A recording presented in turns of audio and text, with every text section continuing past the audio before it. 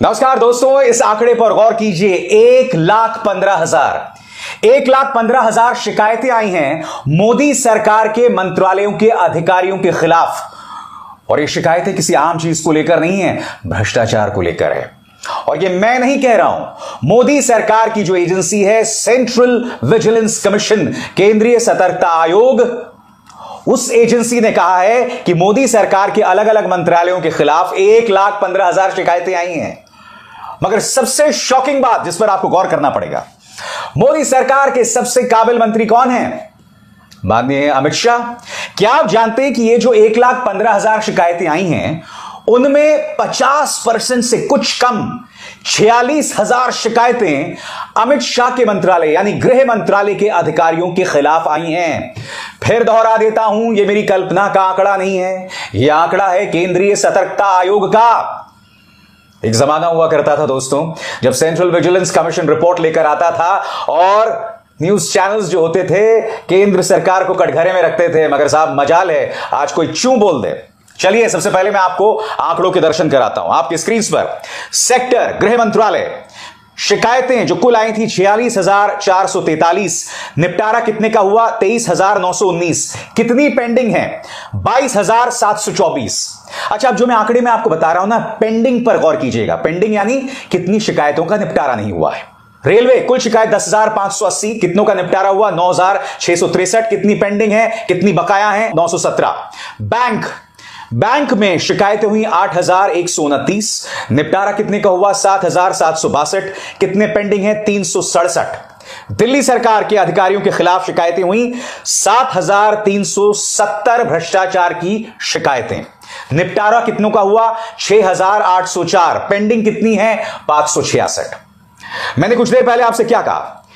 Pending वाले आंकड़ों पर गौर कीजिएगा। कहने का क्या अर्थ है दोस्तों, सीवीसी भी अमित शाह के मंत्रालय में कदम रखने से डर रखती है। आपने देखा बाकी सभी मंत्रालय, चाहे वो रेलवे मंत्रालय हो, बैंक सेक्टर हो, दिल्ली सरकार के अधिकारी हो, 90% से ज्यादा शिकायतों का निपटारा हो गया है। मगर आप देख सकते हैं गृह मंत्रालय में सिर्फ 50% शिकायतों का निपटारा हुआ है। शिकायतें कितनी थी? 46,643। निपटारा कितनों का हुआ? 23,919। पेंडिंग कितनी है? 22,724। अब मैं आपको बतलाना चाहता हूं दोस्तों, इस वक्त अमित शाह कहां हैं? कल ही दोस्तों वो मध्य प्रदेश में थे।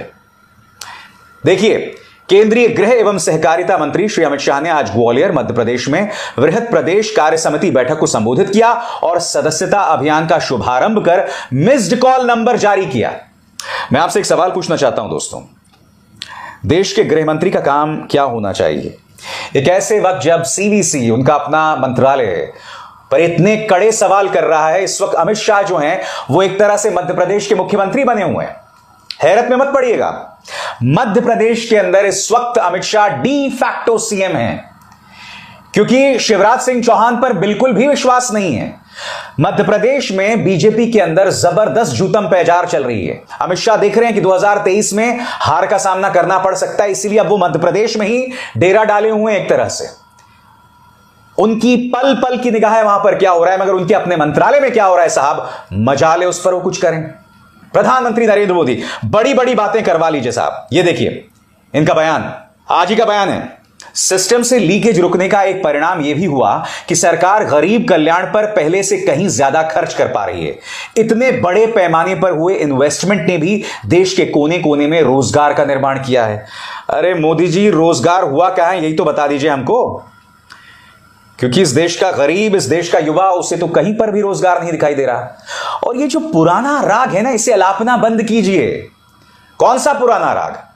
किसी जमाने में राजीव गांधी ने यह कह दिया था कि 1 रुपए जो जाता है उसमें सिर्फ 15 पैसे लोगों तक पहुंचते हैं। उसी को लेकर कांग्रेस पर लगातार हमला बोलते रहना। अरे भाई, जब एक जमाना हुआ करता था सीवीसी की रिपोर्ट आती थी, तब न्यूज चैनल्स जो हैं केंद्र सरकार को कटघरे में रखते थे। मैंने खुद ऐसे ढेरों कार्यक्रम किए हैं। सबसे बड़ी बात, अभी कुछ ही दिनों पहले सीएजी ने कई भ्रष्टाचार के मामले सामने रखे।